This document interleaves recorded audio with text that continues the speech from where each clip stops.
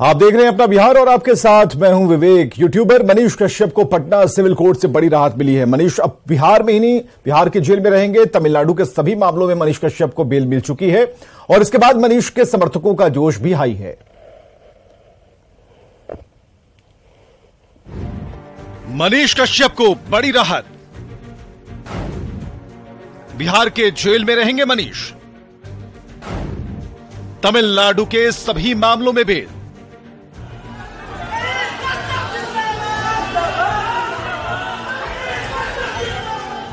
बिहार में मनीष कश्यप समर्थकों का जोश हाई है। कई महीनों के बाद मनीष कश्यप को कोर्ट से बड़ी राहत मिली है। अब मनीष तमिलनाडु नहीं, बिहार की जेल में रहेंगे। पटना सिविल कोर्ट ने बड़ा फैसला सुनाया है। मनीष कश्यप को तमिलनाडु के सभी मामलों में बेल मिल चुकी है। जरूरत पड़ने पर तमिलनाडु में मनीष की वीडियो कॉन्फ्रेंसिंग के जरिए पेशी होगी। मनीष कश्यप अब बिहार में ही रहेंगे और यदि तमिलनाडु पुलिस को यदि जरूरत होगी तो वीडियो कॉन्फ्रेंसिंग से वो सुनवाई करेंगे। जज साहब का क्लियर कहना हुआ, इंस्ट्रक्शन हुआ कि चूंकि वो बिहार के हैं और उस सारे केस में इनको बेल वहां पर मिल चुका है तो तमिलनाडु भेजने का कोई प्रश्न नहीं उठता है।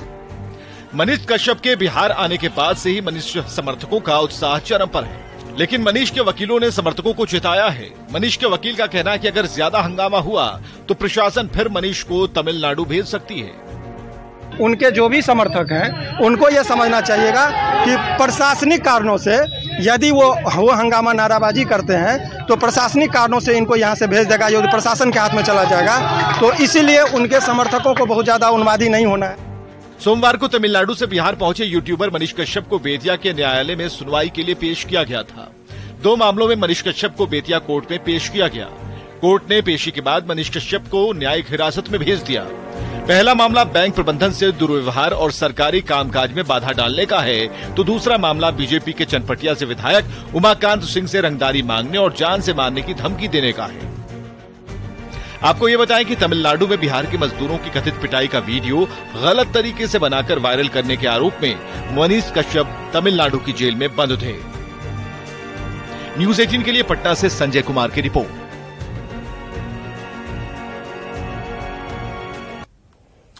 चलिए, अब तक क्या क्या हुआ ये भी आपको जानना जरूरी है। मनीष कश्यप को सोमवार को बेतिया कोर्ट में पेश किया गया और प्रोसिक्यूशन ऑफिसर ने कोर्ट में अनुरोध किया, एक पिटीशन देकर कोर्ट से अनुरोध किया गया है। मनीष कश्यप के ऊपर पटना में भी मामले दर्ज हैं और बार बार उन्हें तमिलनाडु से यहां लाना पड़ेगा।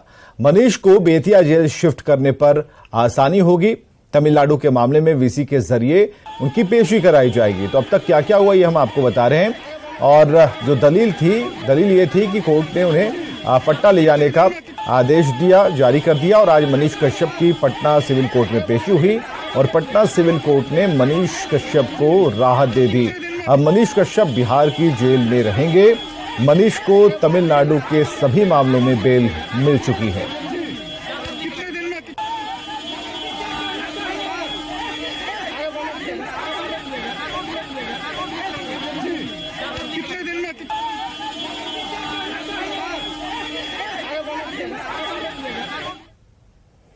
लोकसभा चुनाव की आहट के साथ ही बिहार में जेडीयू में हलचल तेज हो गई। जातीय समीकरण साधने के लिए जेडीयू ने सियासी यात्रा का अभियान छेड़ दिया है।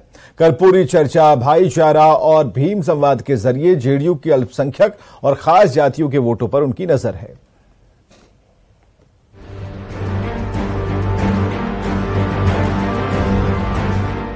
जेडीयू दफ्तर के बाहर लगे इन पोस्टर को देखिए। इन पोस्टरों से जेडीयू की राजनीति साफ साफ झलक रही है। दरअसल इन दिनों बिहार के जेडीयू नेता यात्रा पर निकले हुए हैं। इन यात्राओं के बहाने खास धर्म और जाति के वोटर बैंक को साधने की कोशिश हो रही है। कर्पूरी चर्चा से अति पिछड़ा समाज को साधने का मकसद है, तो भाईचारा यात्रा मुस्लिम समाज को रिझाने की सियासत। सामाजिक और आर्थिक रूप से पिछड़े हुए लोगों के लिए जो योजनाएं और वेलफेयर स्कीम्स चला रहे हैं, कार्यक्रम चला रहे हैं, उन योजनाओं की जानकारी, उन प्रोग्राम्स की जानकारी प्रखंड स्तर पे लोगों को जागरूक किया जा सके, इसके लिए बिहार प्रदेश जनता दल यूनाइटेड ने कर्पूरी चर्चा नामक कार्यक्रम के माध्यम से वो लोगों के बीच में जाने का उन्होंने कार्यक्रम तय किया है। हम दरअसल भारतीय जनता पार्टी समाज में जो नफरत फैलाने की कोशिश कर रही है और हिंदू मुस्लिम को अलग अलग करने की कोशिश कर रही है, पोलराइजेशन की जो राजनीति है, उस राजनीति पे जो सत्ता हथिया लेते हैं, उस वायरस को खत्म करने के लिए हम भाईचारा यात्रा निकाल रहे हैं। जेडीयू इन यात्राओं का नाम जो भी दे, लेकिन मकसद अति पिछड़ा और मुस्लिम वोटर को अपने पाले में करना है। सिर्फ यात्रा ही नहीं, 15 अगस्त से ग्राम संसद की तैयारी भी बिहार के तमाम जिलों में शुरू हो रही है, जिसमें गांव-गांव जाकर जेडीयू नेता नीतीश के विकास कार्यों को बताएंगे। जेडीयू की यात्रा को लेकर बिहार में सियासी पारा हाई हो गया है। नीतीश की यात्रा के सियासी मायने निकाले जा रहे हैं। बिहार के तमाम अति पिछड़ों, दलितों और महादलितों को बेआबरू करने के बाद नीतीश कुमार अब राजद के चरण वंदना में लगे हैं और साथ साथ तुष्टीकरण की नीतियों का प्रभाव नीतीश कुमार जी पर भी दिखने लगा है। जिस प्रकार की यात्रा नीतीश कुमार जी कर रहे हैं, उससे समाज के अति पिछड़े वर्ग के लोगों में, महादलितों में क्या संदेश जाएगा? अभी तो ये हालात है कि देश में जो भाईचारा है उसको तार-तार करने का प्रयास किया जा रहा है भारतीय जनता पार्टी के द्वारा। तो इसलिए जरूरत है कि समाज में जाके हर तबके के बीच, चाहे अल्पसंख्यक समुदाय हो या अति पिछड़ा समाज हो या दलित समुदाय हो, तो इसको जरूरत है कि अब लोग निकल के जो हमारे महागठबंधन के दल हैं, हमारी पार्टी है, इस काम को कर रही है जो अपना जिम्मेदारी है। 2024 में लोकसभा चुनाव और 2025 में विधानसभा चुनाव को लेकर जेडीयू एक्टिव मोड में है। जातीय गणना के बाद अब पार्टी अति पिछड़ा, दलित और मुस्लिम वोट के लिए नई रणनीति पर काम कर रही है। फिलहाल जेडीयू ने भाईचारा यात्रा और कर्पूरी चर्चा अभियान शुरू कर दिया है। 15 अगस्त से दलितों को साधने के लिए भीम संवाद कार्यक्रम भी शुरू करने वाली है। तो कुल मिलाकर नीतीश के इन 3 अभियान का मकसद साफ है। न्यूज 18 के लिए पटना से आनंद अमृतराज की रिपोर्ट। विपक्ष की ओर से लोकसभा में अविश्वास प्रस्ताव पेश कर दिया गया। कांग्रेस समेत विपक्षी पार्टियों ने जहां बीजेपी और केंद्र सरकार पर हमला बोला, तो वहीं विपक्ष पर जोरदार तरीके से बीजेपी की ओर से गोड्डा सांसद निशिकांत दुबे ने पलटवार किया। महागठबंधन नेताओं के गठजोड़ को लेकर जेडीयू और आरजेडी पर निशिकांत दुबे ने बेहद कड़े शब्दों का इस्तेमाल किया, जिसे लेकर बिहार की सियासत गर्म है।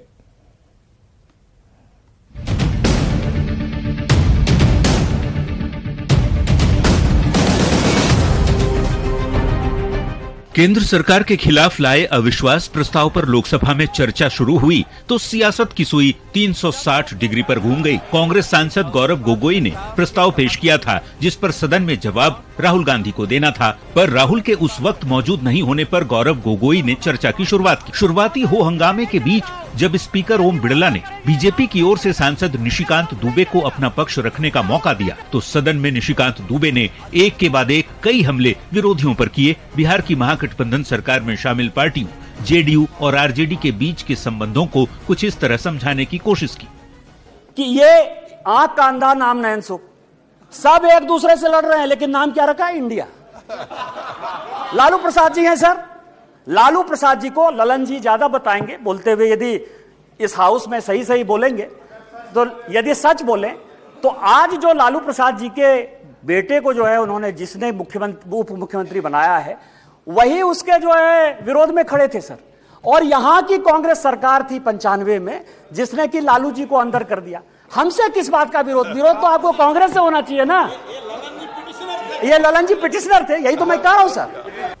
निशिकांत दुबे के आरोपों के बाद महागठबंधन के नेताओं ने भी पलटवार किया। बात हो रहा है कि मणिपुर अगर जलता है तो भारत जल रहा है और प्रधानमंत्री मौन है। कैसे ये घटना हो रही है, नहीं हो रही है, कोई कार्रवाई क्या की जा रही है? कम से कम प्रधानमंत्री को सामने आना चाहिए। अब इन चीज़ों के लिए लेकर के अगर हमारे परिवार को कोई गाली दे ना दे तो हमको क्या फर्क पड़ रहा है? अपना सब कुछ भूल गए। जम्मू कश्मीर में कैसे सरकार बना ली थी, हफ्ता वसूली वाला किसको बोला था, जनता का दमन और उत्पीड़न किसको बोला था, सबके साथ बाद में सरकारों में रहे ना, अपना सब कुछ भूल गए। भाई निशिकांत दुबे जी के घर के नजदीक रांची में है सीआईपी, आप जांच करवा के देख लीजिए, डॉक्टर उनको वहां एडमिट कर लेंगे। हमारे राष्ट्रीय अध्यक्ष ललन सिंह का नाम आते उनको डर लगने लगता है और वो इस तरह की बातें करके ललन सिंह जी को हमला करके वो साथ चाहते हैं कि जनता दल यूनाइटेड महागठबंधन कमजोर होगा। भारतीय जनता पार्टी ये बात समझ ले कि खुद भारतीय जनता पार्टी के लीडरों ने, सुशील मोदी जी ने, अरुण जेटली जी जो अब नहीं रहे इस दुनिया में, इन लोगों ने साजिश करके एक उभरते हुए नेता को, तेजस्वी यादव जी को, इस लैंड फॉर जॉब केस में फंसाया था। नेताओं के वार पलटवार और आरोपों के बीच सियासत फुल स्पीड से चल रही है। एक गंभीर आरोप है माननीय अध्यक्ष जी। देश की संसद में केंद्र सरकार के खिलाफ भले ही अविश्वास प्रस्ताव लाया गया, पर नेताओं के बीच किस कदर अविश्वास का माहौल है वो बताने की जरूरत नहीं। अध्यक्ष महोदय। Bureau report, news 18। वैशाली में शिक्षा विभाग के अपर मुख्य सचिव के पाठक के आदेश की धज्जियां उड़ाती तस्वीर सामने आई। के पाठक ने सभी स्कूलों को स्कूल के बाद डाटा एंट्री का काम करने का निर्देश दिया था, लेकिन शिक्षक स्कूल छोड़कर दिन में ही डाटा एंट्री का काम करते दिखे। वैशाली के गोरौल और भगवानपुर प्रखंड के शिक्षकों का ये वीडियो है। और आपको ये बताएं कि शिक्षा विभाग के अपर मुख्य सचिव के पाठक ने एक पत्र जारी कर निर्देश दिया है कि जातीय गणना में जिन शिक्षकों की ड्यूटी दी गई वे स्कूलों में पढ़ाने के बाद ही डाटा एंट्री के काम करेंगे। लेकिन वैशाली में वायरल हुआ ये वीडियो के पाठक के निर्देश की धज्जियां उड़ा रहा है। और फोन लाइन पर हमारे साथ प्रफुल्ल है, हमारे सहयोगी। प्रफुल्ल, निर्देशों की धज्जियां उड़ाई जा रही हैं और इस वीडियो के सार्वजनिक होने के बाद, वायरल होने के बाद क्या एक्शन की प्रक्रिया हो रही है, क्या हो रहा है? देखिए, मैं बता दूं आपको कि ये वैशाली जिले के भगवानपुर और गोरौल प्रखंड क्षेत्र का ये वीडियो है। और जो डाटा एंट्री का जो काम है वो प्रखंड मुख्यालय में किया जा रहा है। और जितने भी प्रखंड क्षेत्र के जो शिक्षक होते हैं उन लोगों को डाटा एंट्री के काम के लिए प्रखंड मुख्यालय आना पड़ता है और वहां पे प्रखंड डाटा एंट्री का काम किया जा रहा है। मैं आपको बता दूं कि एक लेटर जो थे, जो के पाठक जी के अपर मुख्य सचिव हैं, उनका जो लेटर है वो स्पष्ट आज ही जारी हुआ है। और आज ही ये तस्वीर जो है कि सामने आई है, तो कहीं ना कहीं ये बड़ा उल्लंघन जो है उस पत्र में स्पष्ट तौर पे ये कहा गया है कि जो जातीय गणना की जो काम था वो लगभग पूरा हो चुका है। उसके बाद डाटा एंट्री का काम होना है, तो विद्यालय अवधि समाप्त होने के बाद ही इस काम में शिक्षकों को लगाया जाए। लेकिन इन तमाम आदेशों का जो है वो यहाँ पे उल्लंघन होता हुआ दिखा है और शिक्षक जो है वो विद्यालय छोड़कर और प्रखंड कार्यालय पहुंचे, प्रखंड मुख्यालय में डाटा एंट्री का काम करते देखे गए हैं। और विद्यालय जो है, विद्यालय में कई विद्यालय ऐसे हैं जहां शिक्षकों की कमी है, 1-2 शिक्षक हैं, वो शिक्षक भी विद्यालय छोड़कर और डाटा एंट्री का काम करने के लिए विद्यालय में पहुंचे। तो कहीं ना कहीं आदेशों का खुल्लम खुल्ला उल्लंघन यहाँ पे जो है वो जिले में देखने को मिला है। बहुत बहुत शुक्रिया तमाम जानकारियों के लिए। और बिहार की नदियां एक बार फिर उफान पर हैं। इसके बाद कई जिलों में बाढ़ की आशंका सताने लगी है और ऐसे में जिला प्रशासन और विभाग पूरी तरह से अलर्ट मोड में है। नदियों के बढ़ते जलस्तर की लगातार मॉनिटरिंग हो रही है।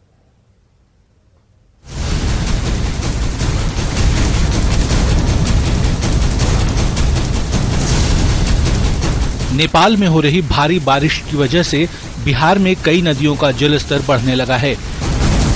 बगहा में गंडक नदी का जलस्तर तेजी से बढ़ने के बाद जिला प्रशासन ने अलर्ट जारी कर दिया है। वाल्मीकि नगर गंडक बराज से 1,83,000 क्यूसेक पानी छोड़ा जा रहा है। वाल्मीकि नगर गंडक बराज के सभी फाटकों की निगरानी बढ़ा दी गई है और जल संसाधन विभाग ने जितने अभियंता जो तैनात है उनको 24 घंटे मुस्तैद रहने का निर्देश जारी किया है। तो हम आपको वाल्मीकि नगर गंडक बराज की तस्वीर दिखा रहे हैं, जहां लगातार 24 घंटे गंडक बराज पर सतर्कता बढ़ाई गई है। और इसके साथ ही जो चंपारण के बांध और तटबंध है उनकी सुरक्षा के निर्देश भी दिए गए हैं और फ्लड फाइटिंग का काम भी जल संसाधन विभाग चल रही है। इधर गोपालगंज में गंडक नदी का जलस्तर लगातार बढ़ रहा है, जिसके बाद जिला प्रशासन और जल संसाधन विभाग पूरी तरह से अलर्ट मोड में आ गया है।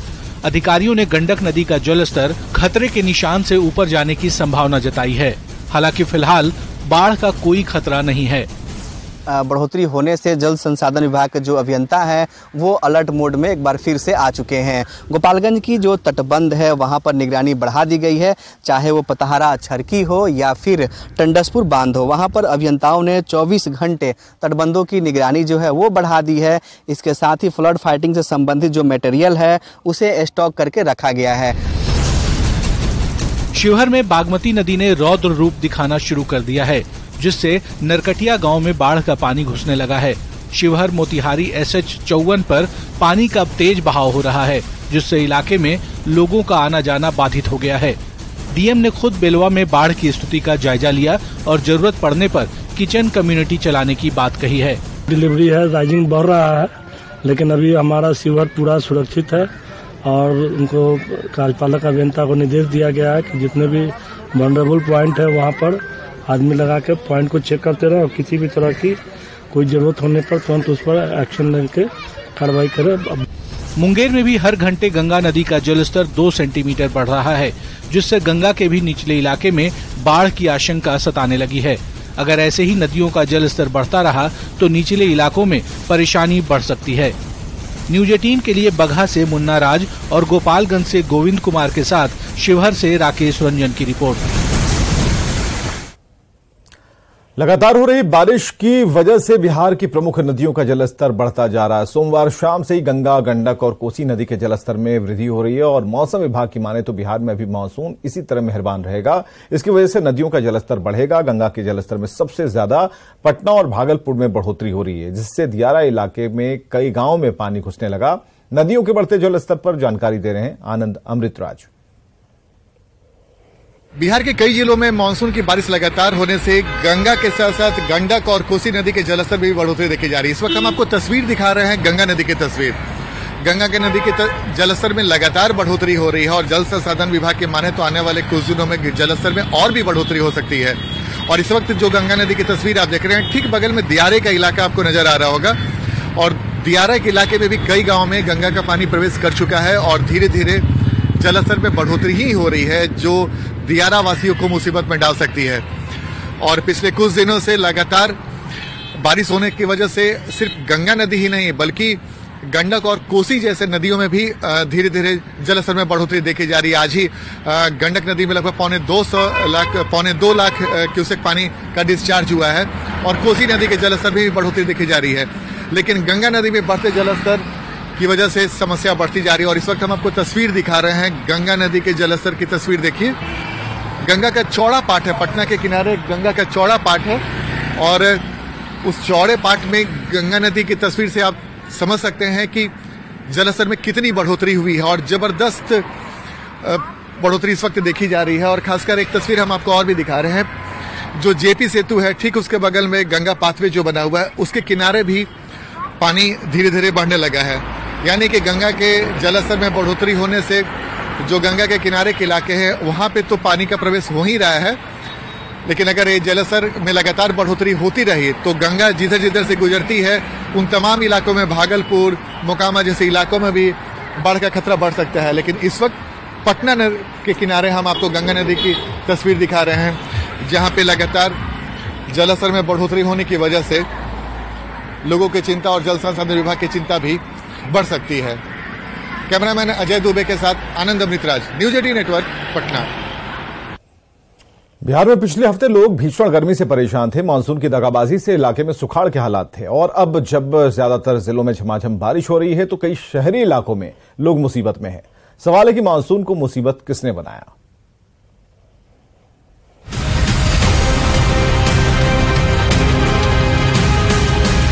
बिहार के कई जिलों में एक हफ्ते पहले तक लोग बारिश के लिए तरस रहे थे और जब देरी से ही सही मानसून ने मेहरबानी दिखाई तो सिस्टम की लापरवाही से ये मानसून ही अब शहरों के लिए मुसीबत बन गई है।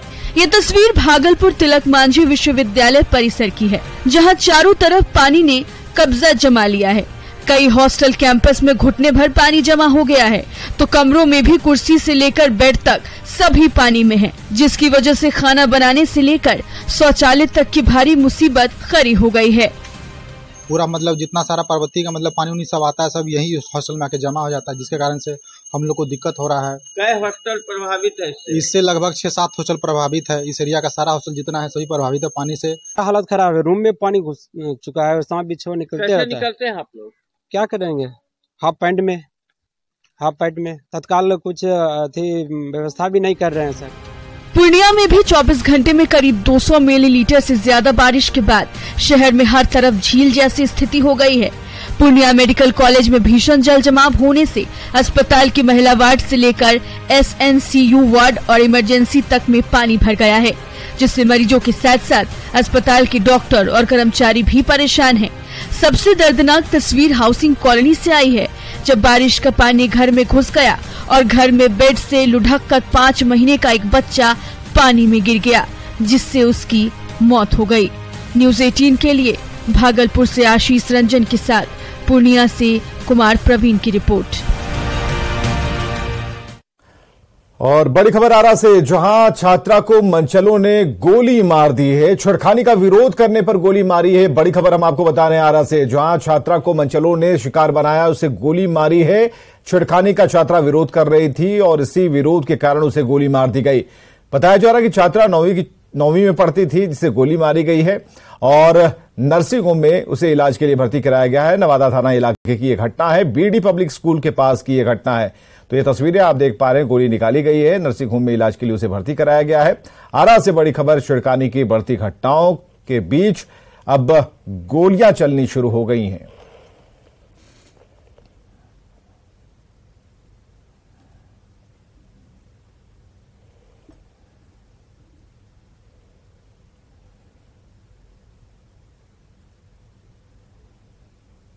और आगे देखिए, जोहार झारखंड।